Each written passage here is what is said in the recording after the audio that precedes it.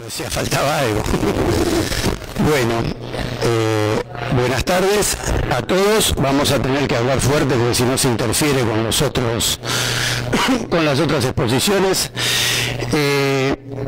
Estamos acá, el doctor Maximiliano Luna y yo, José María Martínez Ferretti, que somos los únicos dos representantes que vamos a estar de la mesa que habíamos presentado. Una de las personas por razones laborales no puede venir, la doctora Mónica Santamaría, y el doctor Leonardo Scioldi tampoco pudo hacerse presente casualmente porque ha asumido funciones de coordinador de la parte de psiquiatría, del sector de psiquiatría del cuerpo médico forense. ¿Se escucha o escuchan más a los vecinos? Bueno. En primera instancia nos va a hablar el doctor Maximiliano Luna. Él es médico psiquiatra y médico legista, médico psiquiatra de la primera promoción de APSA, o sea que es egresado de esta misma asociación, y nos va...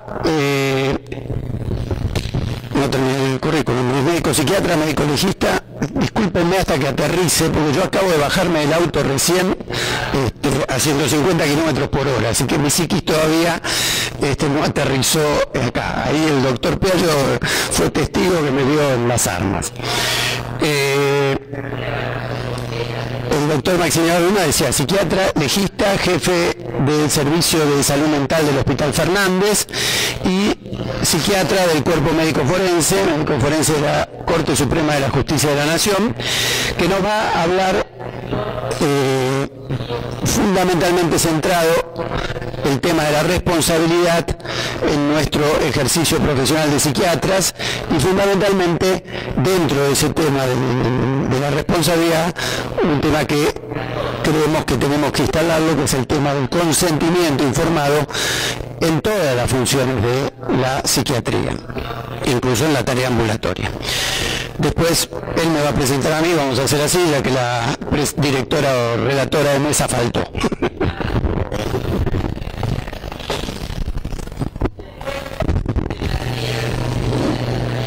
Bueno, gracias doctor Ferretti por la presentación. Buenos días, buenas tardes a todos. ¿Se escucha bien? Bueno, porque hay interferencias acústicas que bueno, espero que podamos hacer algún tipo de disociación y poder concentrarnos en lo que les voy a hablar, que es un tema, si bien el tema del consentimiento, un tema clásico en la cultura psiquiátrica, en la cultura médica, el consultar al paciente, el exponer las prácticas que uno va a realizar, cómo se va a trabajar.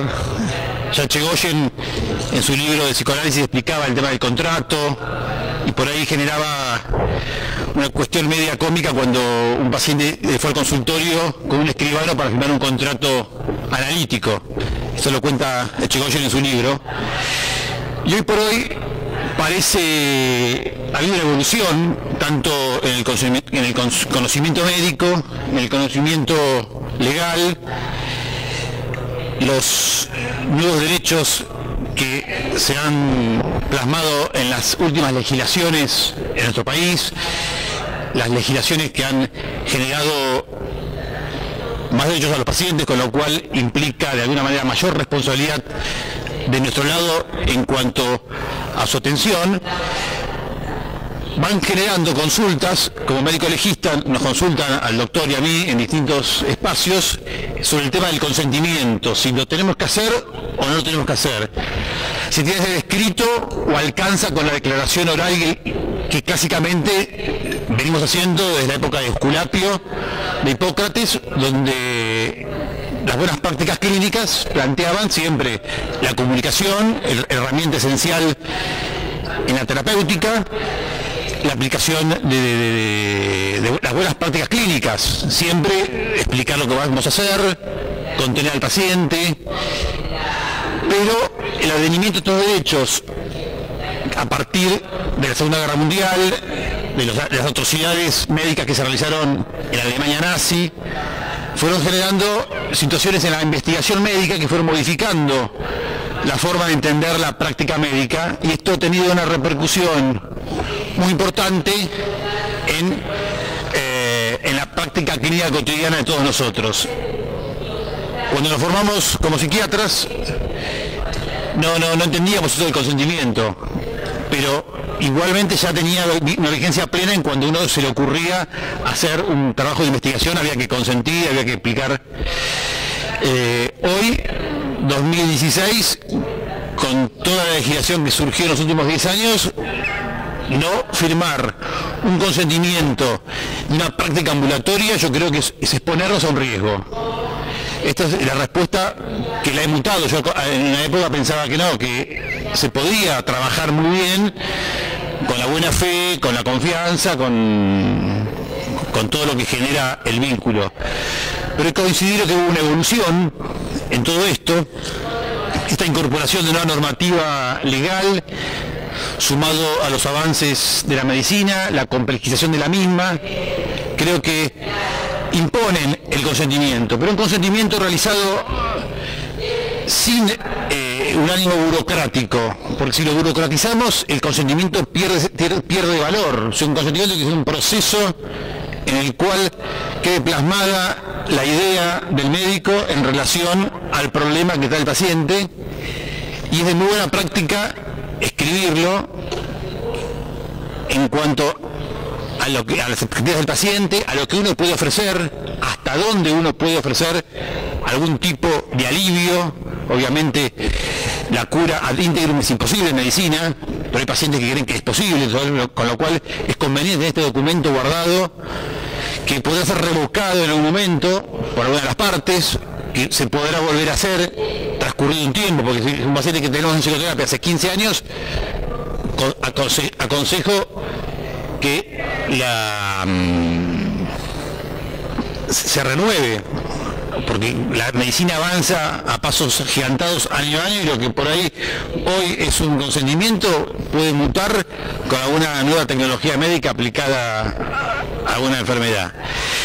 E inclusive en la nuestra, que parece tan estable, vemos que cada año aparecen nuevas moléculas, nuevas escuelas psicoterapéuticas, lo cual en lo ambulatorio yo creo que es fundamental empezar a manejarnos con esta modalidad.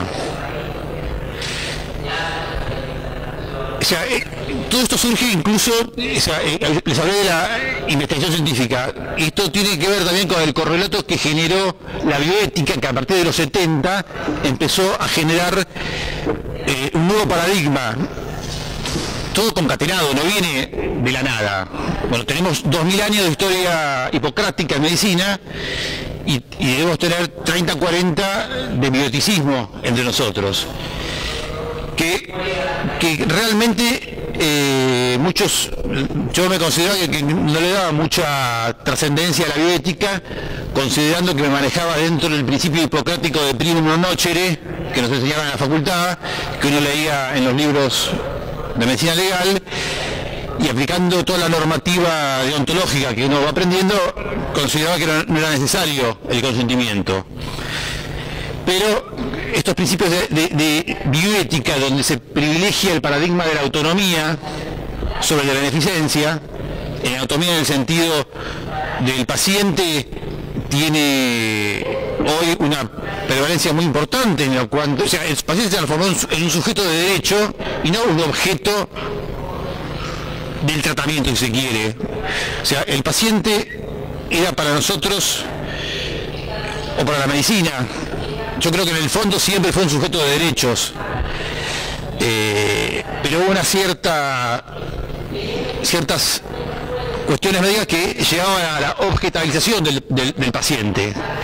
Por suerte, en psiquiatría, esta objetalización yo creo que es de las especialidades que más ha conservado un espíritu humanista. La psiquiatría, con los aportes de Jasper acerca de la comprensión del sujeto, de vivenciar con él lo que está sufriendo y poder de ahí armar un proyecto terapéutico.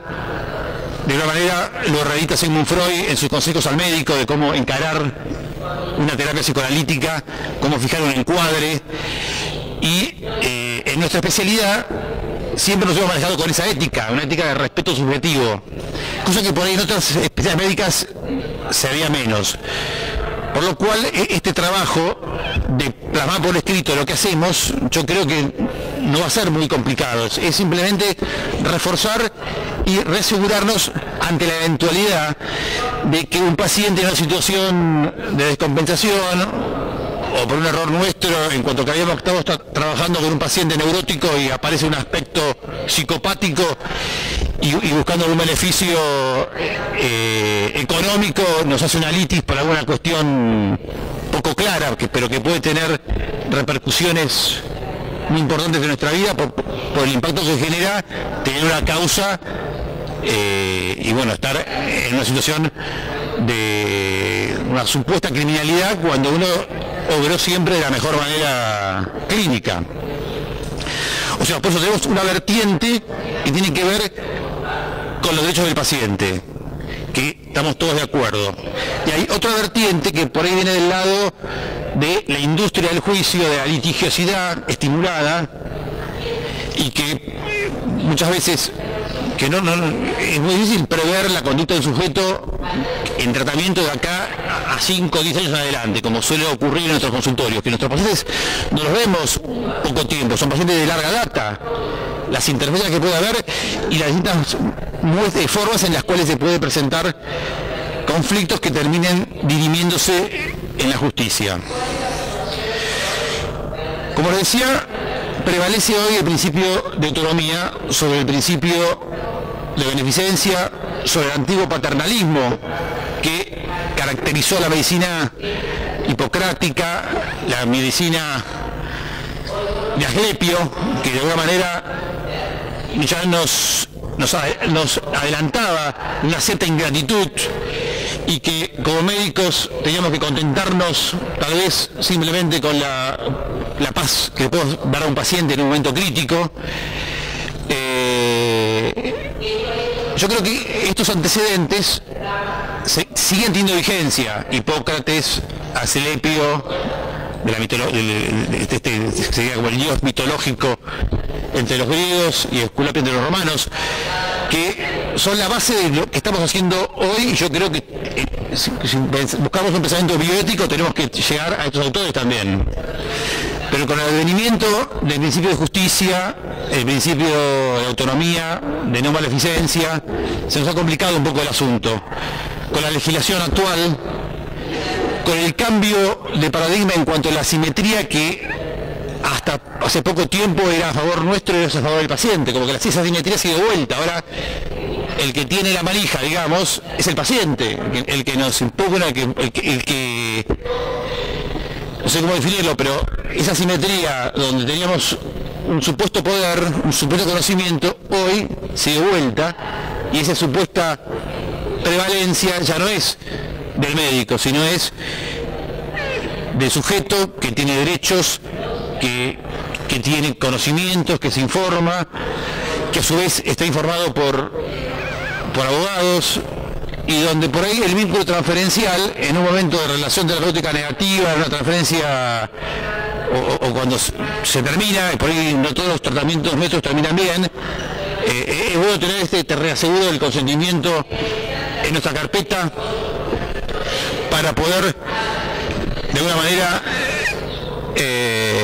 cuidar nuestros intereses, donde uno explicita lo que va a hacer con el paciente y seguramente ese consentimiento lo va a ir reformulando con la firma del paciente para que sepa cuáles son las características del tratamiento, en qué etapa está.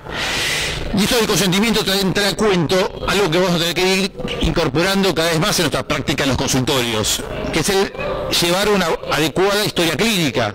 El consentimiento es parte de esta historia clínica que, por otra parte, toda la legislación actual refuerza el hecho de su existencia y del valor médico-legal que todos sabemos que tiene. El médico legal tiene un valor ineludible, tiene un valor también científico porque nos permite repensar un paciente de nuestra historia clínica y nos permite también un aprendizaje de lo que uno volcó y una reflexión permanente sobre lo que fuimos haciendo. Pues yo creo que esta situación que fue un poco el gatillo de la charla de hoy, del consentimiento, yo creo que eso es incorporar una buena práctica a la práctica cotidiana de los consultorios.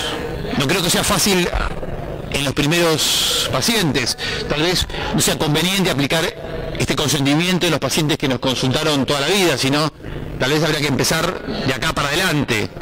Estamos en una etapa, yo creo, de transición.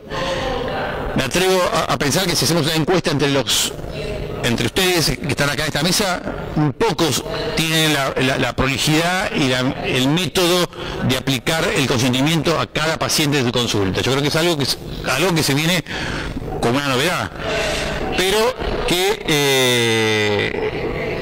atento a los derechos, al principio de autonomía que está prevaleciendo, es conveniente tenerlo porque es un reaseguro de nuestra matrícula y de nuestros intereses profesionales. Ya en la ley 26.529, que es la ley que regula las relaciones entre los pacientes y las instituciones de salud y los médicos, está muy claro que el consentimiento hay que pedirlo.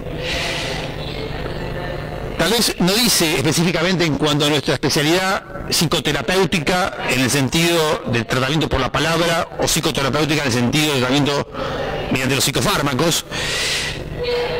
No está eso claramente explicitado, pero sí habla del consentimiento cuando son prácticas intervencionistas.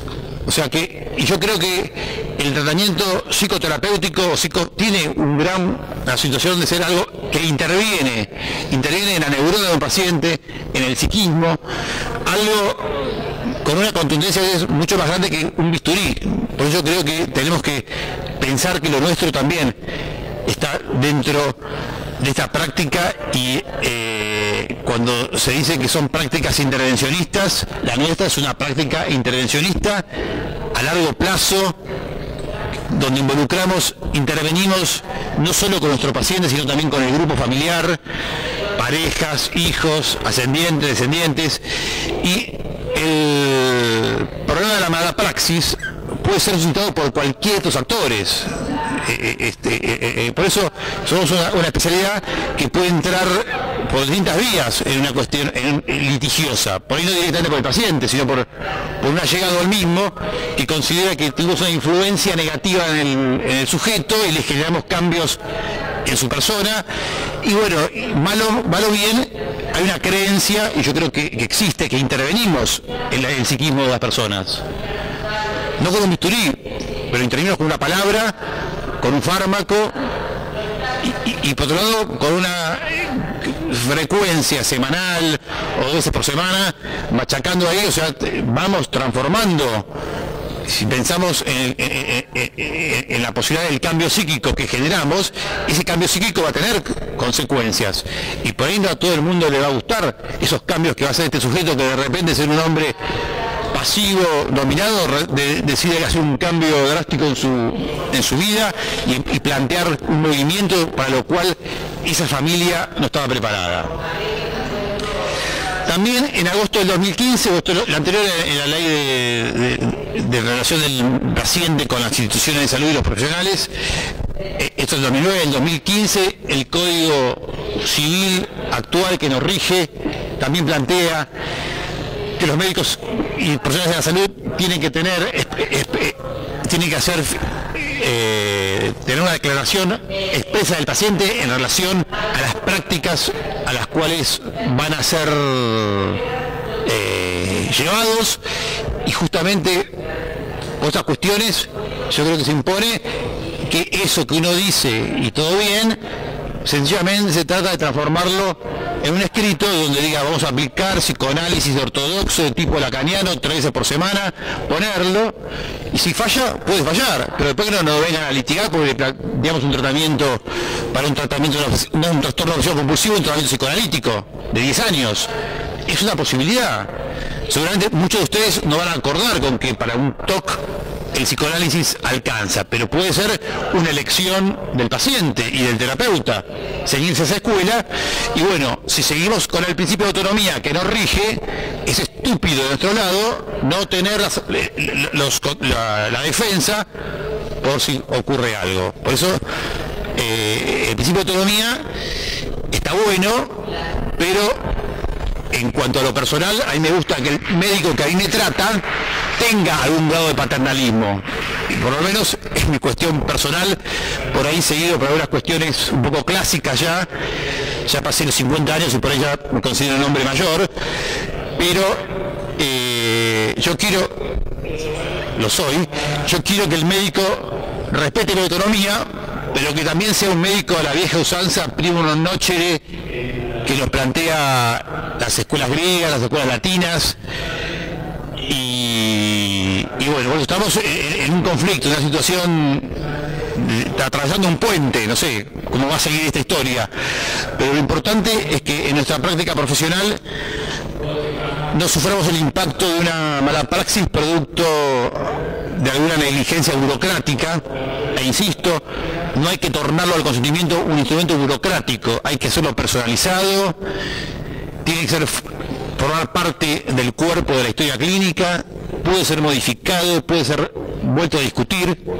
El problema es si te agarra un paciente muy obsesivo, explicarle todo eso puede llevar todo el tratamiento, pero bueno, si lo logra entender y firmar, posiblemente parte de su neurosis obsesiva pueda estar resuelta con ese consentimiento. Bueno, otra vez la Ley Nacional de Salud Mental, a la cual yo creo que ya es la vieja Ley Nacional de Salud Mental, una ley que nos ha traído muchos dolores de cabeza a los psiquiatras, muchas conferencias con el doctor Ferretti sobre el tema, pero también ahí se refuerza nuevamente el tema del consentimiento, que tiene que ser se están en la misma frecuencia, o sea, no podemos ser tan necios de no tener en cuenta que el consentimiento ya está entre nosotros, aunque no querramos verlo. Está en la ley, está en la reglamentación, y la reglamentación de este punto nos lleva a la ley nacional en relación al médico y el equipo de salud en relación al paciente. O sea, estamos, que no podemos ser ingenuos y como que intervenimos, es una interpretación que la intervención nuestra se puede homologar a que sea la práctica intervencionista como una endoscopía. Pero yo creo que la nuestra es mucho más potente que una endoscopía hoy por hoy, o por lo menos no lo es menos. Por eso yo creo, y en mi interpretación de la legislación actual, considero pertinente el hacer firmar el consentimiento de los pacientes. En la Ley Básica de Salud de la Ciudad de Buenos Aires, también del año de fines del siglo pasado, modificado en el 2003 por el doctor Stern, entre otros, en relación a su reglamentación, también entre los deberes y los derechos que tiene el paciente y deberes del médico es el informar adecuadamente lo que se va a realizar, cómo se va a realizar, con todos los detalles, y que forma parte obviamente de la historia clínica. A muchos les habrá pasado que habrán ido al médico y la empleada le entrega el consentimiento para firmar. Error gravísimo. Y yo creo en nuestra práctica, mediada por la palabra, por la comprensión, el entendimiento, no podemos delegar la tarea de consentimiento a nuestra secretaria. Tenemos que sentarnos y por ahí nos lleve una hora de una entrevista. Pero el firmar eso ya que hay que comprenderlo como parte del proceso terapéutico. No como las entrevistas de admisión. Yo creo que cuando hacemos entrevistas de admisión en un hospital, ahí hay que informar que va a haber un momento en el cual se va a tener que firmar un consentimiento. Pero no es una práctica de admisión, es una práctica cuando se decide un tratamiento. En las admisiones, en salud mental, por ahí estamos analizando si ese sujeto va a ser o no paciente nuestro, o del equipo, o si se va a derivar. En ese punto especial, yo creo que no tiene demasiado lugar el consentimiento porque no hubo tratamiento, hubo simplemente, que no es poco, pero una evaluación para ver si las dos autonomías en juego nos elegimos para hacer un tratamiento, porque también tenemos que pensar en nuestra autonomía como profesionales, en nuestros derechos y los derechos del paciente, que yo creo que en un punto están unidos, porque los derechos del paciente también son los derechos nuestros a tener una medicina digna, lugares de trabajo dignos, equipos bien formados, etcétera. Bueno, espero haber sido claro en esto. Algunas recomendaciones, no sé si cómo andamos de tiempo. Bueno, para redondear y para que se acuerden de la charla de hoy, el consentimiento debe ser escrito y firmado por el paciente.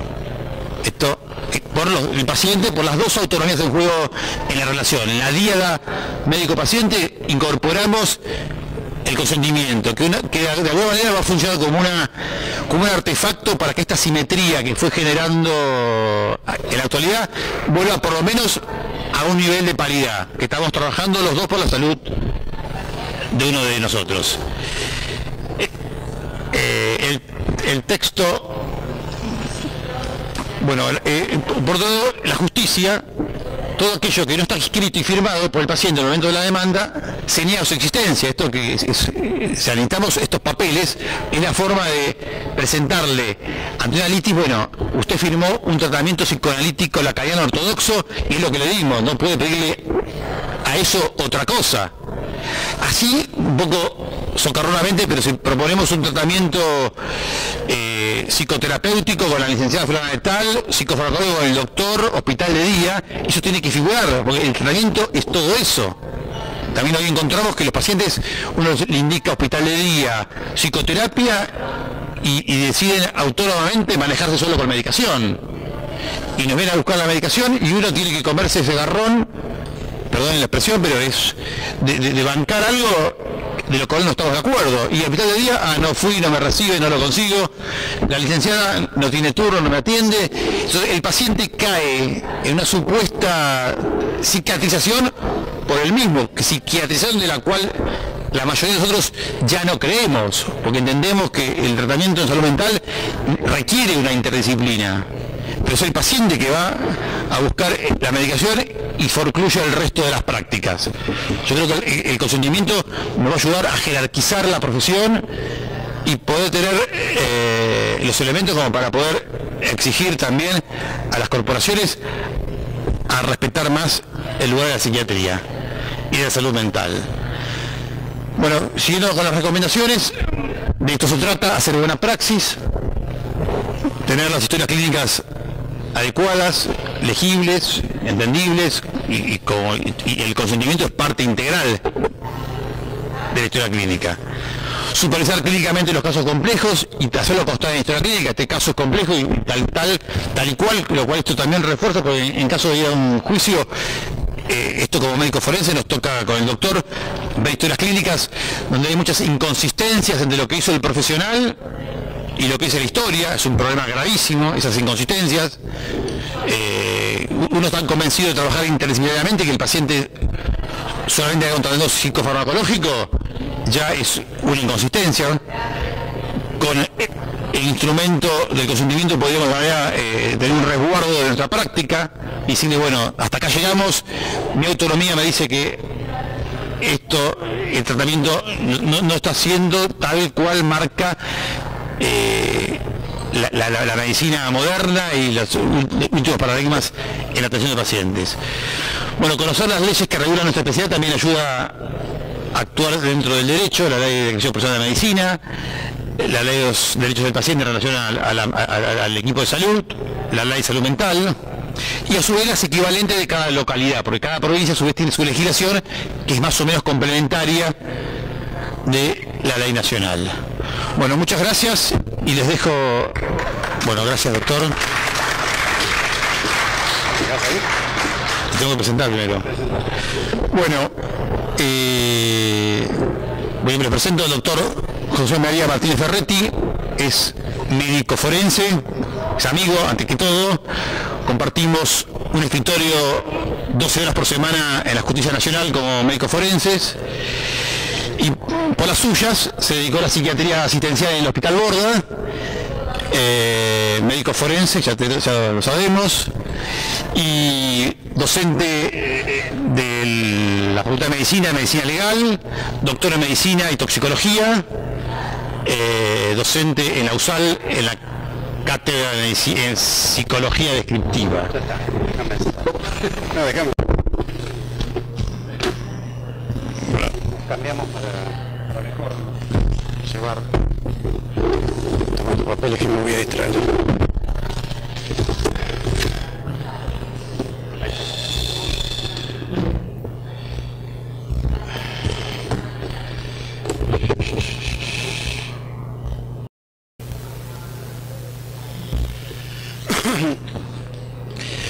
Bueno, buenas tardes. Ahora parece que se calmó un poco el ruido ambiente.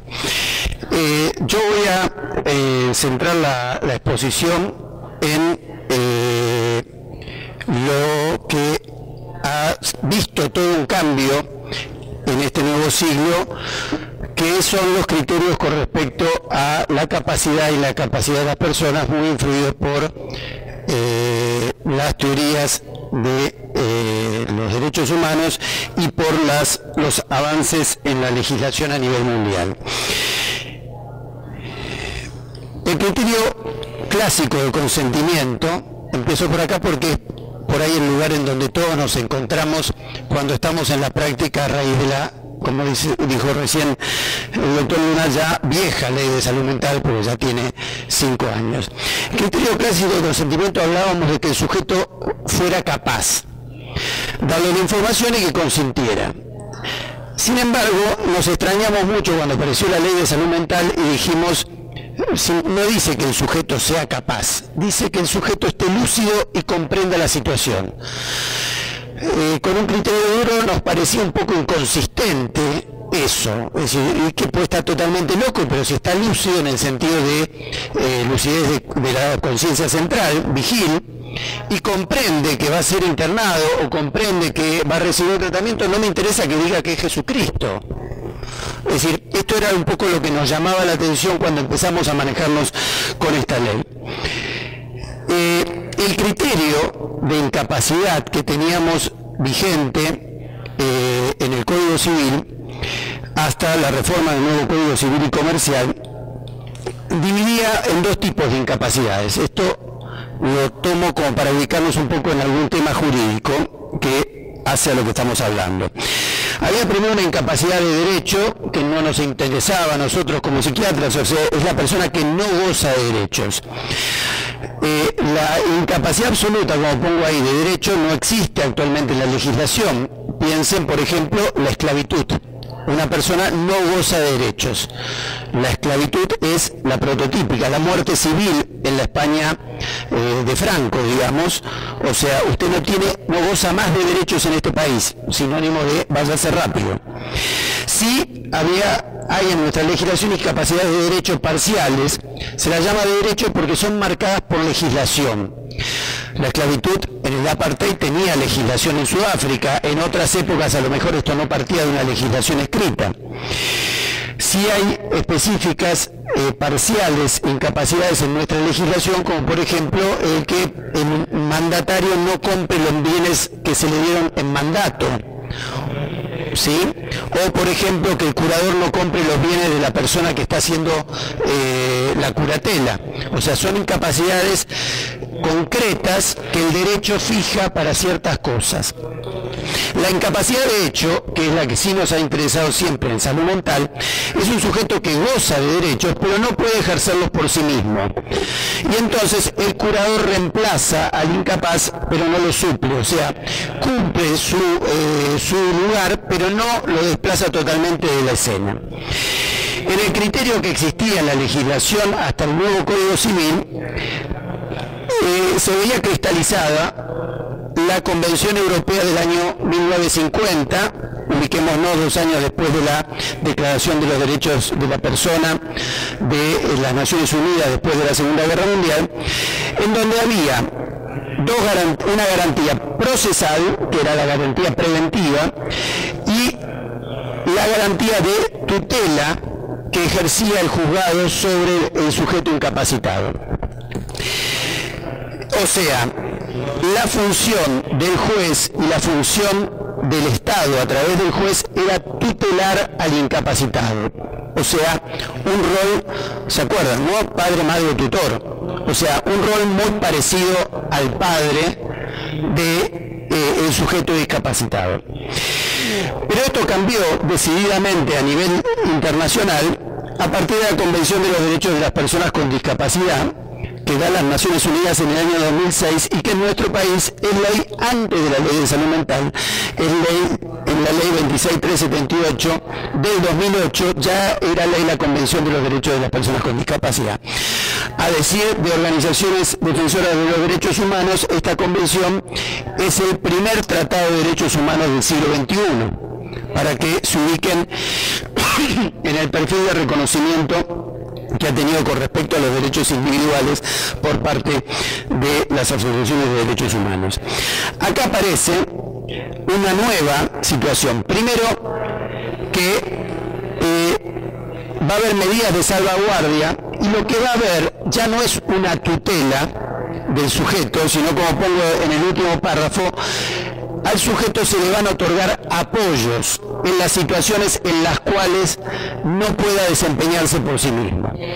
O sea, pasamos de un criterio en el nuevo redacción, medidas de salvaguardia y medidas de apoyo. Pasamos de un criterio en donde predominaba la figura de la incapacidad a un criterio en donde predomina la capacidad.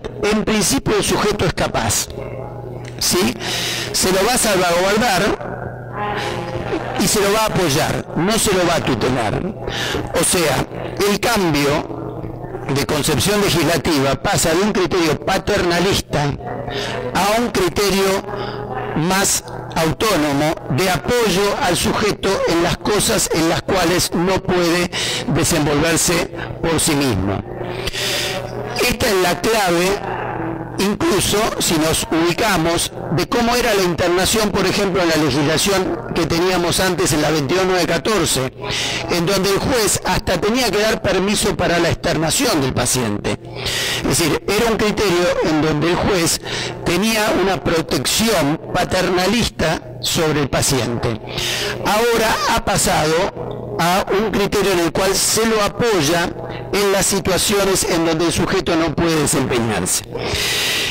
Ya esto estaba vislumbrado a posteriori de la convención en el artículo 42 de la ley 26657, cuando, amén de pedir evaluaciones interdisciplinarias hace los 3 años, cada 3 años, ponía especificar las funciones y actos que se limitan.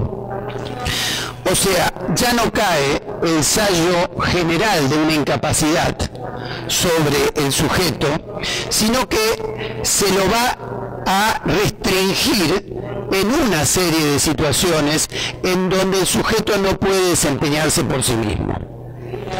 ¿Me voy explicando de este cambio?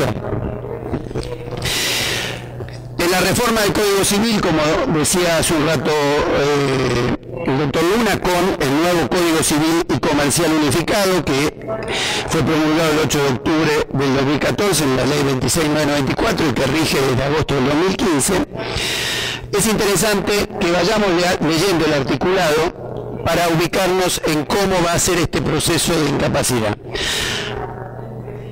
Acá, y creo que por eso tenemos un público bastante importante para este primer día del Congreso, acá yo voy a decir algo que me acuerdo haberlo dicho en el Congreso Mundial a la doctora Gabriela Juffe. Todos lo conocen a Gabriela Juffe, ¿no? Sí, porque es autora de un libro de psicofarmacología. Cuando, hablando de una mesa también médico-legal, ella hizo una pregunta: ¿y por qué esto nos pasó en medicina legal? ¿Por qué nos metieron esta ley? Y yo le dije: porque tus libros tienen más venta que los libros que escribimos en medicina legal. Es decir, si yo les pido a ustedes que me reciten todos los receptores dopaminérgicos y me digan precisamente cuántos receptores dopaminérgicos hay, me lo van a decir. Si les pido que me hablen del articulado del nuevo Código Civil y Comercial, o siquiera me hablaran del anterior, me van a decir: no, eso no es psiquiatría. Bueno, así es como nos madrugan en general las legislaciones, y muchas veces no tenemos oportunidad de meter bocado porque a veces no le damos bolilla a lo psiquiátrico legal, a lo médico legal, en detrimento de otras áreas que son mucho más publicitadas o urgentes, digamos, en el ejercicio de la medicina.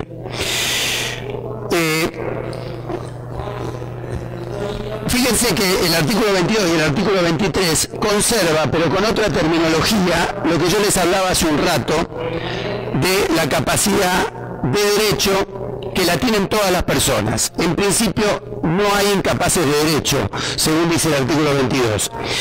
Y lo que hay es analizar las capacidades de ejercicio y las limitaciones que puede haber. ¿Se acuerdan cuando hablamos recién de que el sujeto goza de los derechos, pero no puede ejercerlos por sí mismo? Ahí analiza el artículo 24 las personas incapaces de ejercicio y marca: la persona por nacer, la persona que no cuenta con la edad suficiente o el grado de madurez, lo que sería el equivalente de lo que clásicamente todos estudiamos como los menores, y finalmente la persona declarada incapaz por sentencia judicial en la extensión dispuesta en esa decisión. ¿Dónde está enfermedad mental acá? No está. ¿Se fijan? ¿Se fijaron? Vuelve a aparecer la misma situación que hemos hablado respecto a la ley de salud mental. No está el concepto de enfermedad mental, está el que en una sentencia se lo haya fijado, la limitación. ¿Me explico? Reglas generales de la restricción a la capacidad, habla el artículo 31. En principio, la capacidad general de ejercicio de la persona humana se presume aun cuando se encuentre internado en un establecimiento asistencial. O sea, en principio, la persona se presume capaz. Las limitaciones a la capacidad son carácter excepcional y se imponen siempre en beneficio de la persona. La intervención debe ser a través de un equipo interdisciplinario, debe recibirse información, el sujeto debe participar y siempre debe ejercérsele a ese sujeto la alternativa terapéutica menos restrictiva de sus derechos y sus libertades. Y acá viene la diferenciación en dos tipos de situaciones de restricción y de incapacidad. En principio, el artículo 32 habla de que el juez puede restringir la capacidad de sujetos mayores de 13 que por adicciones o alteración funcional, esto es lo más parecido en nuestro nuevo Código Civil y Comercial a enfermedad mental, alteración funcional. ¿De acuerdo? Fíjense cómo esto extiende a muchísimos campos el hecho de que se restrinja la capacidad de una persona. ¿Me siguen? Tengan en cuenta que no era muy distinto en el código anterior, porque cuando hablaba de la figura de la inhabilitación, que era el 152 bis, hablaba de ebrios habituales, no, de los consumidores habituales y ebrios consuetudinarios. O sea, no hablaba de enfermedad llamada adicción o enfermedad llamada alcoholista. O sea, hablaba de alguien que tuviera el hábito de tomar más. Acá habla, con respecto a la droga, habla de adicción. Y con respecto al resto de las problemáticas, habla de alteraciones funcionales, en donde puede surgir que de su ejercicio de plena capacidad puede resultar un daño a su persona o a sus bienes. A este sujeto, el juez le designará los apoyos necesarios, especificando sus funciones, y debe promoverse la autonomía y favorecerse sus decisiones. El término incapaz, fíjense que en el nuevo Código Civil y Comercial se ve limitado, primero aclara, dice que es de excepción, para las personas que estén absolutamente imposibilitadas de interaccionar con su entorno y expresar su voluntad. Si antes teníamos, los que hemos estado en el campo médico-legal, teníamos dos grandes grupos, los incapaces, regulados por el artículo 141 del Código Civil, y los inhabilitados por el 152 bis, una gran mayoría de nuestros pacientes en atención en los hospitales, en atenciones en internaciones prolongadas, los teníamos en el contexto de incapacidad y eran menos los que estaban en el contexto de inhabilitación. En este nuevo régimen, si ustedes se fijan en la redacción, va a ser muy poca la gente que esté en este último presupuesto de incapacidad, porque va a ser la gente que esté absolutamente imposibilitada de interaccionar con su entorno. O sea, absolutamente. Cuando los jueces nos piden, esto ya ocurría en los años previos al nuevo Código Civil y Comercial, desde que estaba no solo en vigencia de la ley de salud mental, sino que, insisto, esto se catalogó más claramente a partir de la ley de salud mental, pero ya desde el 2008 los jueces, cuando el cuerpo médico forense nos pedían intervenir, y algunos lo deben recibir por ahí en instituciones asistenciales, vienen una chorrera de preguntas con respecto a si el individuo puede manejar dinero, puede casarse, puede reconocer hijos, puede andar solo por la calle, puede dar su consentimiento para tratamiento. Lo han recibido algunos probablemente en instituciones asistenciales que le piden a los profesionales asistenciales también que informen en ese sentido. Eso es concretamente porque el juez, si del examen interdisciplinario profesional surge que el sujeto es capaz para manejar su dinero, el dinero de una pensión, pero no es capaz de manejar una empresa que tiene la familia, porque eso requiere conocimientos contables distintos y una cierta abstracción muy diferente, el juez lo va a restringir en la capacidad para la administración de la empresa, no para el manejo cotidiano del dinero de su pensión o del pago de sus cosas cotidianas. Fíjense que en esas enumeraciones también figura, ¿puede manejarse solo en la calle? ¿Puede vivir solo? Es más, hay una pregunta que generalmente nos causa mucha gracia porque los jueces preguntan, ¿puede casarse? Pregunta en la cual yo siempre digo, no me lo preguntaron a mí antes de la oportunidad en que me casé. Y lo que hubieran preguntado, a lo mejor no estaba en condiciones de hacerlo. Es una pregunta mal hecha, porque en realidad la capacidad de casarse es una atribución legal. Lo que nos tendría que preguntar, ¿es maduro para decidir sobre un casamiento? No se casa nadie con ese criterio. Volvemos a lo mismo. Fíjense acá la situación del caso a caso. Viejito de 90 y pico de años que es cuidado por su enfermera de 22 y quiere casarse con su enfermera de 22. Todos tenemos una sonrisa cómplice ante esto. Claro, todos pensamos, no, ¿cómo se va a casar? Seguramente es para aprovecharse, la mujer se está aprovechando del viejito. No. A lo mejor el viejito, en su sano juicio, quiere casarse con esa chica de 22 que lo viene cuidando hace unos años para no dejarle la herencia a los HDP de sus hijos que no lo vienen a ver desde hace 20 años. O sea, fíjense cómo algo visto desde lejos, que uno diría, no se puede, va a tener que tener una determinación del caso a caso. El término de casarse obviamente es algo que, les digo, si recibe alguno, nunca respondan puede o no puede casarse.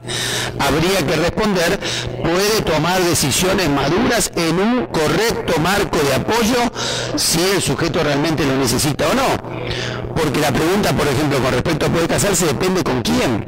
¿Cuántos hemos visto parejas o casamientos, incluso dentro de pacientes de nuestros hospitales especializados, que los han ayudado a estabilizarse y a mantener un equilibrio en su tratamiento durante muchos años?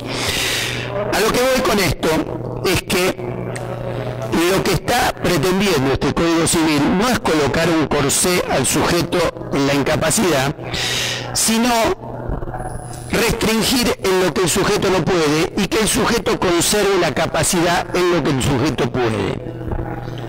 Siguiendo la lectura, fíjense que la sentencia debe decir el diagnóstico y el pronóstico, debe decir en la época en que la situación empezó, esto es importante por si hubo algún tipo de acción comercial vil, digamos, una persona vendió su casa a 10 pesos, por ejemplo, entonces se podría revisar los recursos personales, familiares y sociales que existen y el régimen para la protección, asistencia y promoción de la mayor autonomía posible. Los alcances de la sentencia, como decía recién, deben determinar la extensión y alcance de la restricción y especificar las funciones y actos que se limitan. Debe designarse una o más personas de apoyo o curadores y las condiciones de validez de los actos específicos sujetos a la restricción. O sea, vuelvo a decir, ya no es una caja o una clasificación general en donde cae el paciente y todos tienen el mismo estilo de incapacidad. La sentencia debe especificar, bueno, el sujeto no va a poder decidir tal cosa sin el apoyo del contexto familiar, por ejemplo. Y tal otra no la va a poder decidir sin el contexto del apoyo terapéutico, por ejemplo, porque, ojo, no dice que las personas de apoyo deban ser solamente familiares o gente puesta por la justicia. Pueden ser los mismos profesionales el apoyo. Un equipo asistencial con una buena transferencia, pensémoslo esto no solo en los casos que solemos atender más frecuentemente de psicóticos o cuadros de inicio en la adultez, sino retrasos mentales que por ahí vienen en tratamiento con una determinada institución de hace muchos años. Bueno, a lo mejor esa institución puede ser en alguna medida el apoyo para esas decisiones. La revisión va a ser en cualquier momento, instancia del interesado, o en un plazo no superior a 3 años. O sea, esto la ley de salud mental tenía una redacción un poco dura porque daba a entender como que caducaba la incapacidad a los 3 años. Acá debe ser revisada al menos en 3 años, nunca menos. ¿Qué es lo importante con respecto a esto? Que en general con respecto a la internación no dice nada muy distinto a la ley de salud mental del Código Civil, sí lo dice en el artículo 41 y en el artículo 42, pero ahora lo vamos a hablar. ¿Qué es lo que me parece interesante reflexionar sobre esto de la incapacidad en estas condiciones o la restricción de la capacidad? Vamos a escuchar a juristas que nos van a hablar de esto como un nuevo paradigma que cae sobre la salud mental y a la que la salud mental se va a tener que acomodar. Como nosotros somos profesionales de la salud mental, más allá de nuestro doble función, digamos, o nuestra función, digamos, de puente entre lo legal y lo asistencial en nuestra función de médicos legistas, esto que está proponiendo el derecho no es ni más ni menos que lo que produjo la psiquiatría, y a partir de la psiquiatría la salud mental en general, desde mediados del siglo XX para acá. Mediados del siglo XX para allá, la única alternativa que había para el paciente, ¿cuál era? Internarlo. La era asilar, lo único que hacíamos por el paciente era meterlo en un lugar. A partir del desarrollo de los psicofármacos, del desarrollo de las teorías psicoanalíticas, de las teorías psicoterapéuticas en general, de los abordajes comunitarios, de los abordajes de rehabilitación, progresivamente, esos pacientes que hasta la década del 50 el loco, la única opción era internarlo, ahora tenemos que este paciente requiere hospital de día. Este paciente no, con venir una vez por semana alcanza. Este paciente requiere venir una vez por semana al psiquiatra y 2 veces por semana al psicólogo. Este paciente que antes paternalistamente el enfermero le daba siempre la medicación, porque el paciente consideramos que no tenía autonomía para tomarla solo, ahora nosotros, ya desde hace muchos años, hacemos una disquisición. Este paciente se puede manejar solo la medicación. Este necesita el apoyo en un familiar. Este necesita que se la demos en el hospital de día porque ni siquiera tiene un familiar que se la pueda dar bien. ¿Me explico lo que estoy diciendo? O sea, esto de ir haciendo el caso a caso en el abordaje del paciente, que es lo que plantea hoy la legislación de capacidad, que es el caso a caso sobre qué cosas restringimos y qué cosas no, qué cosas puede y qué cosas no puede, no es ni más ni menos que el modelo que la salud mental fue tomando desde mediados del siglo XX para acá, que fue ir generando recursos o estrategias terapéuticas adaptadas a lo que el paciente necesitaba y podía, y no como era la aplicación en general antes, que todos terminaban internados en el mismo lugar. Nuestros hospitales, hasta incluso unos años después, hasta las décadas del 80 y el 90, tenían todo todo tipo de pacientes. Teníamos en el hospital retrasos mentales, pacientes dementes, pacientes con distintas... Hoy se les da hasta un abordaje en internaciones prolongadas completamente distinto y personalizado a cada uno de acuerdo a la patología que tiene. Entonces, pensemos esto que parece tan complicado, no es ni más ni menos que lo que nosotros hacemos. Cuando nos pidan los jueces, a ustedes como equipos asistenciales y a nosotros como peritos, o ustedes por ahí como peritos de parte, si son médicos legistas que intervienen de distintas áreas, no nos piden que contestemos esas cosas taxativamente una tras de otra. Sí puede, no puede. Piden que contestemos lo que nosotros describimos en nuestra historia clínica, pero con un lenguaje claro al sujeto que no se dedica a la salud mental, que es: este individuo requiere asistencia para andar por la calle, este individuo no puede vivir solo, este individuo las decisiones complejas o abstractas que requieran síntesis y comprensión compleja no las puede tomar solo. ¿Me explico? Esto es lo que nosotros tenemos que explicarle a los jueces cuando alguien nos pide intervenir en un juicio de inhabilitación o un juicio de restricción de capacidad, como se van a llamar ahora, como asistenciales o como peritos. No contestar por sí o por no como una grilla, sino que describamos la valoración de cómo el paciente puede o no desenvolverse en estas distintas facetas que orientativamente nos van a dar los juzgados en estas 21 o 11, porque hay dos versiones, enumeraciones de situaciones. Bueno, quedan unos minutos, simplemente hago mención para el nuevo Código Civil y Comercial para que nos ubiquemos. El artículo 41 habla nuevamente del equipo interdisciplinario. Esto hay que tener en cuenta que hubo un cambio entre lo que se terminó aprobando cuando lo aprueba el Senado de lo que había dado el diputado. Los diputados habían hecho la mención de que un miembro de este equipo debía ser un psiquiatra, que en la redacción final volvió a salir y solo habla del equipo interdisciplinario. El riesgo cierto inminente, recurso terapéutico restrictivo, control judicial, derecho a la defensa, y la sentencia, según dice el Código Civil y Comercial, debe fijar, la sentencia que el juez debe fijar la duración de la internación. Acá patinaron los autores pensando que una internación se puede, desde una sentencia, fijar la duración en la habitual soberbia legislativa que tienen desde el ámbito jurídico. Esto me interesa marcarlo, artículo 42 del Código Civil, y con esto terminamos, porque este es el que reemplaza al que antes nos hacía actuar desde el Código Civil, que era el llamado artículo 482. Azarosamente solo tuvimos que sacarle el 8 del medio para que quede el artículo 42 del nuevo Código Civil y Comercial unificado. Es el que nos habla. La autoridad pública puede disponer el traslado de una persona cuyo estado no admita dilaciones y se encuentra en riesgo cierto inminente de daño para sí o para terceros a un centro de salud para su evaluación. Fíjense que desaparece, como ya había desaparecido en la reforma que había hecho de ese artículo de ley, desaparece la internación por orden judicial. El juez solo puede dar la orden de que lo evalúe un equipo interdisciplinario. El que decide la internación en riesgo cierto inminente es el equipo interdisciplinario. Otras mesas discutiremos sobre esto. En este caso, si fuese admitida la internación, debe cumplirse con los plazos y modalidades establecidos. Las fuerzas de seguridad y servicios públicos de salud deben prestar auxilio inmediato. Este es el código que tenemos que reclamar cuando tenemos un paciente en un domicilio y queremos la asistencia de la policía. Artículo 42 del Código Civil y Comercial.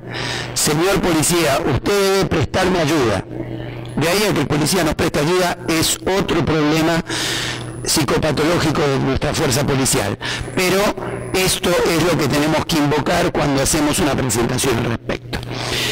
Bueno, nada más y dejamos unos minutitos para unas preguntitas. Gracias.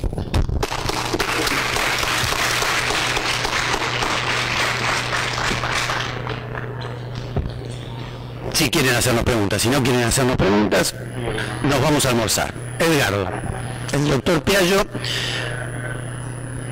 Maxi. Gracias.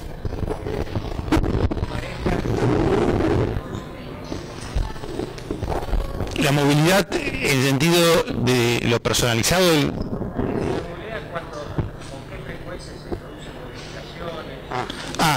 Bueno, yo creo que el consentimiento hay que hacerlo una vez que se inicia un tratamiento, como les explicaba hace un rato, y después queda a criterio de las partes, de las autonomías, del paciente, que tiene que tener conciencia de eso, también hay que trabajar eso en las sesiones.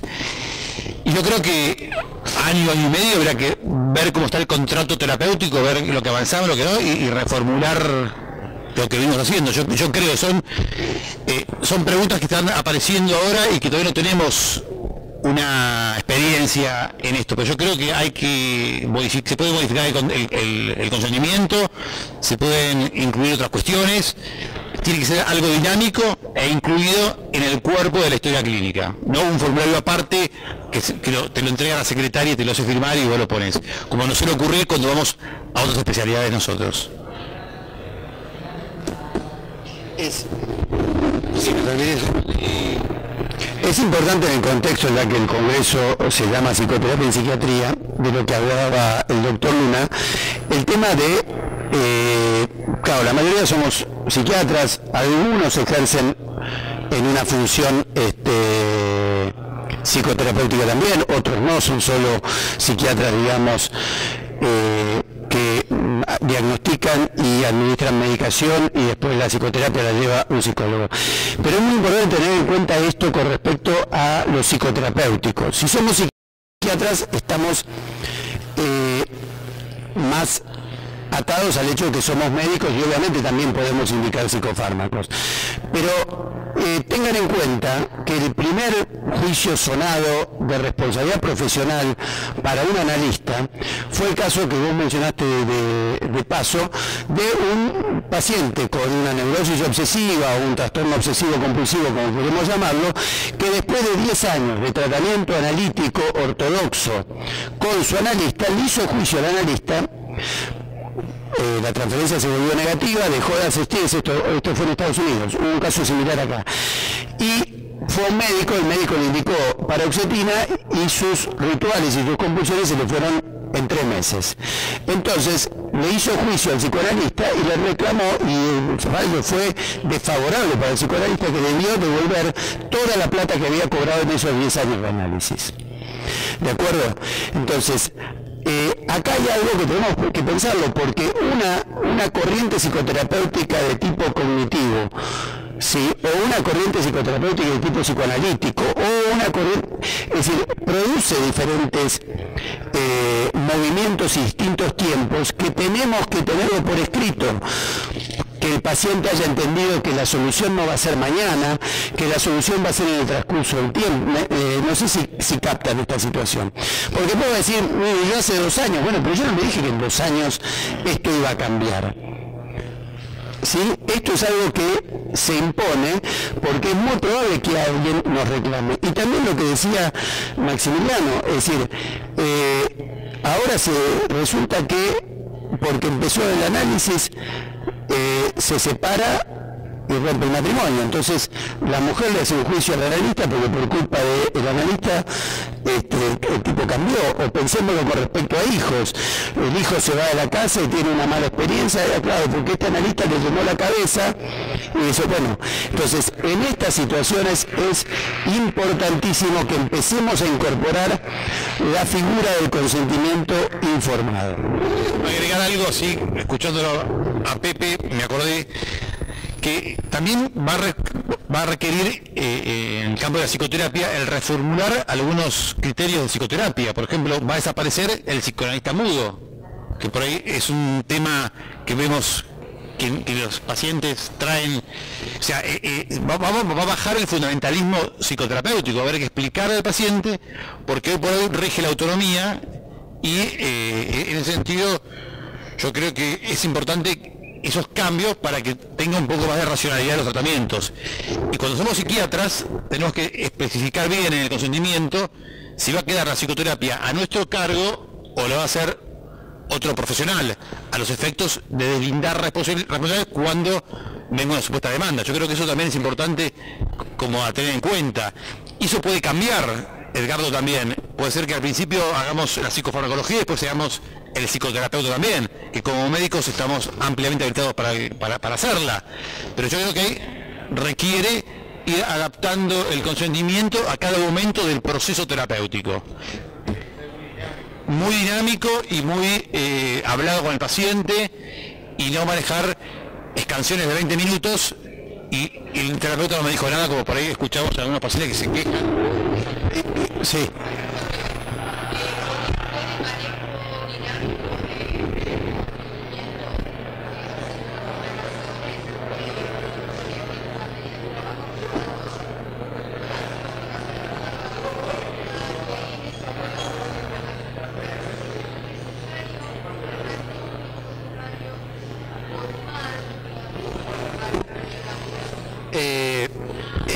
Irlo escribiendo la historia clínica y que el sujeto... sí, lo que pasa es que la historia clínica podría ser algo que vayamos escribiendo y haciéndole firmar en fragmentos de la historia clínica a lo largo del desarrollo terapéutico. Piensen que con el tema de historia clínica surge con respecto a la responsabilidad un problema muy grave, porque uno, ¿qué vuelca en la historia clínica? Todo lo que está volcado en la historia clínica psicopatológica es de lectura de un paciente. A nosotros nos pasó una paciente del hospital, una paranoica, pidió la fotocopia de historia clínica porque quería hacer un trámite, porque estaba asesorada por no sé qué organismo, y rompió el tratamiento, porque obviamente, mire lo que le está poniendo en la historia clínica a usted. Entonces, acá empieza a aparecer una situación en la cual a veces uno tiene que pensar, a lo mejor uno en la historia clínica va poniendo elementos que el paciente no debe conocer para el trabajo psicoterapéutico que estoy haciendo con ese paciente. Entonces, ahí hay un tema en donde uno podría llegar a pensar, manejar una doble historia clínica, que el psicoterapeuta tenga una historia clínica con los elementos psicodinámicos que va manejando y otra historia clínica en donde cuente una historieta. Piénsenlo.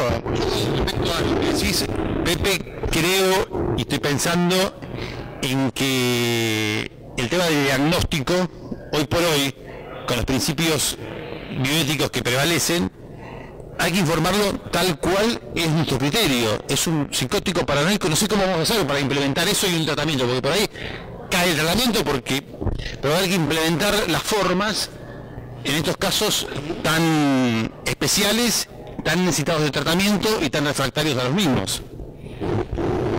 Edgardo, otra más.